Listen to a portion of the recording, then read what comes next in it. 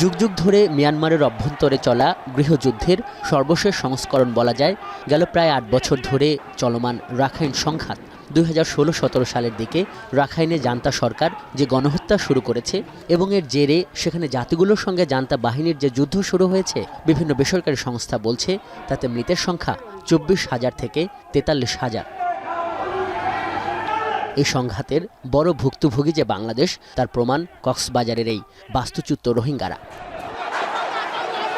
দিন দিন এই যুদ্ধের কারণে সীমান্তবর্তী প্রতিবেশী রাজ্যটিতে খাদ্য পানি দুর্ভিক্ষের মতো নানা সংকট যখন ঘনীভূত, তখন জাতিসংঘের বিভিন্ন সংস্থা এবং আন্তর্জাতিক বিভিন্ন সম্প্রদায়ের মধ্যে আলোচনা হচ্ছে মানবিক করিডর বা মানবিক চ্যানেলের বিষয়টি, যার মানে একটি নির্ধারিত সময়ের জন্য এমন একটি জায়গা নির্ধারণ যা সশস্ত্র সংঘাতের আওতামুক্ত থাকবে, যেখানে কাজ করবে জাতিসংঘ, রেড ক্রসের মতো আন্তর্জাতিক সংস্থা, খাদ্য, ঔষধ ও অন্যান্য প্রয়োজনীয় সেবার ব্যবস্থা করে যা সংকট নিরসনে বড় ভূমিকা রাখবে।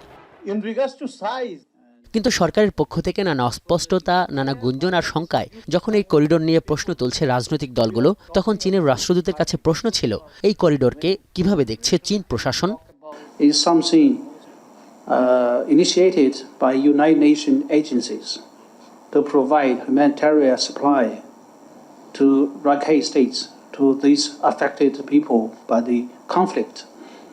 So I learned also Bangladesh, Myanmar, even some, the Arakan army was involved, but China is not involved in this matter. China always respect the sovereignty and territorial integrity of any country. We are not interfere in any, internal affairs of any country. So we hope Bangladesh and Myanmar, you can properly solve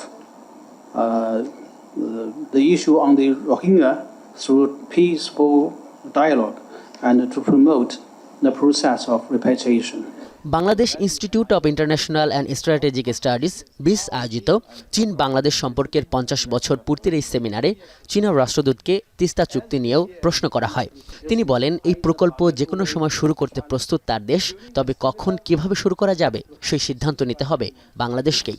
China, we are ready. We are willing to offer our help. But now it is up to Bangladesh to make a decision whether you want to move forward.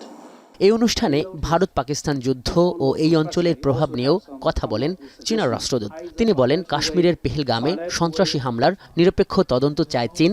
উত্তেজনা বাড়ে এমন যে কোনো ধরনের পদক্ষেপ দুই পক্ষকে এড়িয়ে চলতে হবে, যোগ করেন তিনি।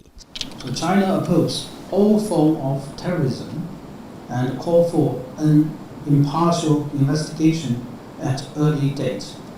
We urge both sides to act in the interest of peace and stability, stay calm, exercise restraint, and refrain from taking actions that may further complicate. রাষ্ট্রদূত জানান রোহিঙ্গা প্রত্যাবাসন সহ রাখাইনে চলা সংকটের সমাধানের দায় শুধু চীনের একার নয়, এর জন্য আসিয়ান, পশ্চিমা দেশ সহ বিশ্ব সম্প্রদায়ের এগিয়ে আসতে হবে। অর্থনৈতিক, সামরিক সব ধরনের সহায়তা নিয়ে চীন সবসময় বাংলাদেশের পাশে থাকবে জানান তিনি।